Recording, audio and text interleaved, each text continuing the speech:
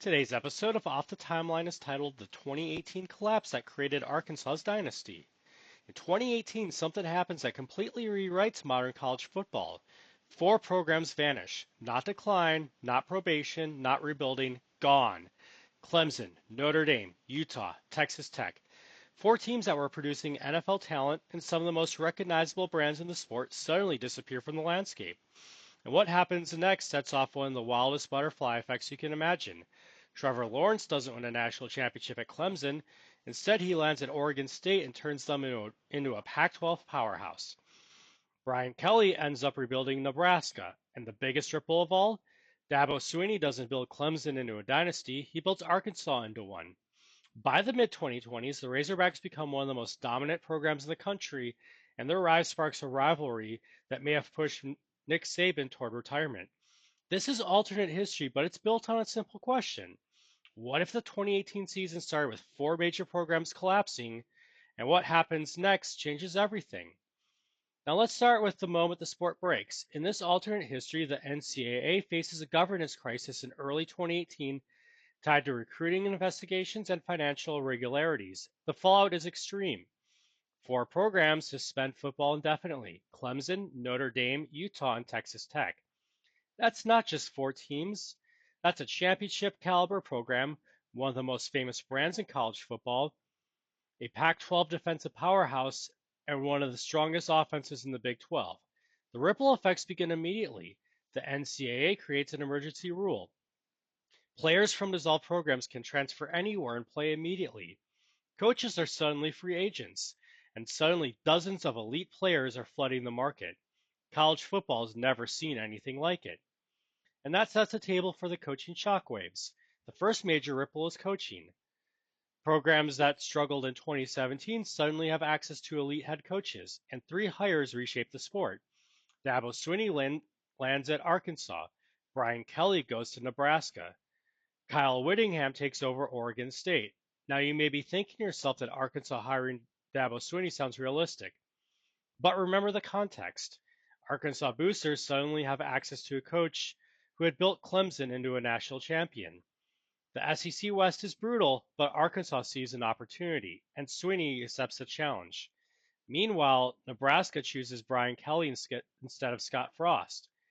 And suddenly, one of the sport's sleeping giants has a coach who's taken multiple teams to the playoff. But the most fascinating hire might be Oregon State. Kyle Whittingham takes over a losing team, and he's about to get the most important player in the entire collapse.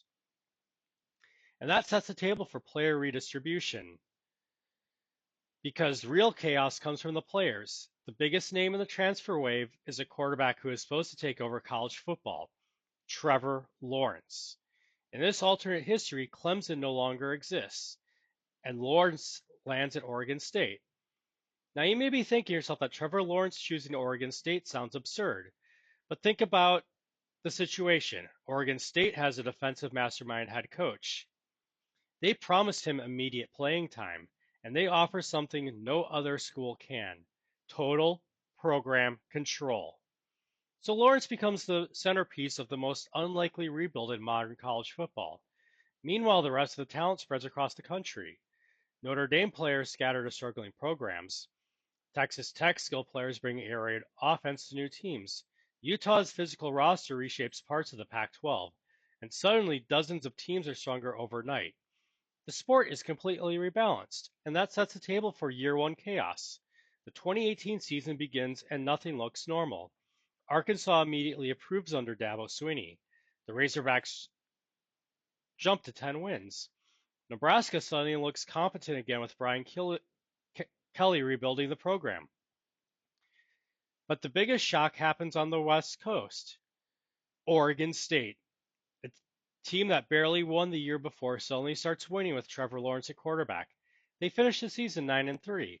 It becomes the best turnaround story in college football, and suddenly the Pac-12 has a new contender. But the biggest storyline of the season happens in the SEC, because Arkansas isn't just improving, they're competing. By November, the Razorbacks are 10-2 and sitting just outside the playoff picture. And that's when the biggest controversy of the season happens. And let's set the table for the playoff controversy. Selection Sunday arrives. The playoff field seems obvious: Alabama, Oklahoma, Washington. But the final spot sparks chaos: Arkansas, Ohio State, Georgia. All three teams have strong resumes, but Arkansas has something unique: momentum. Now you may be thinking to yourself that a 10-2 Arkansas team probably wouldn't get serious playoff consideration, but context matters. This Arkansas team just came out of nowhere. They beat LSU. They finished second in the toughest division in football, and their story dominates national media. Inside the committee room, Arkansas briefly sits in the fourth spot, but the final vote changes everything. Georgia jumps into the playoff. Arkansas is left out. The reaction is immediate. SEC media is furious. Fans accuse the committee of favoring traditional powers, and suddenly the Arkansas snub becomes one of the most controversial decisions in playoff history. But it also creates the next butterfly effect because Dabo Swinney uses it as fuel. And that sets the table for the Arkansas dynasty. The playoff snub becomes Arkansas's recruiting pitch. Recruits hear one message: they don't want Arkansas in the playoff. Top Southern players suddenly see the Razorbacks as a rising power. Within two recruiting cycles, Arkansas is signing top five classes. By 2020, the Razorbacks beat Alabama. By 2022, they win the SEC. And suddenly, a program that was irrelevant a few years earlier is competing for national championships. Now, you may be thinking to yourself that Arkansas becoming a dynasty sounds like a stretch, but history shows it can happen. Programs like Clemson, Florida State, and LSU all rose quickly once the right coach and recruiting momentum aligned. And in this alternate history, Arkansas becomes that program. Their rise also creates one final ripple because they challenge the sport's most dominant coach, Nick Saban. And that sets the table for the end of an era. By the early 2020s, the SEC has a new rivalry: Alabama, Arkansas, two programs battling for control of the conference. And after years of constant pressure, the landscape begins to change. The dynasty era of Alabama starts to fade. Arkansas wins the SEC. Nebraska returns to national relevance. Oregon State remains a Pac-12 contender. And the entire balance of power in college football looks different. All because four programs disappeared in 2018.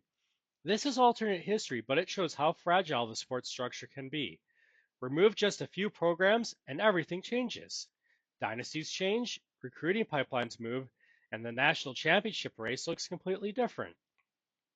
So the next time you think about how stable college football feels, remember how easily the landscape could change. Because if Clemson, Notre Dame, Utah, and Texas Tech had disappeared in 2018, the Razorbacks might have become the sport's next dynasty, and the entire history of the playoff era would look very different. This is alternate history, but sometimes the most interesting stories in college football are the ones that almost happened. And if you enjoyed this college football alternate history scenario, make sure to like the video, subscribe to the channel, and let me know in the comments what other what if scenarios you want to see next. And if you want more stories about how one decision could reshape this entire sport, check out the videos on the end screen, and I'll see you in the next timeline.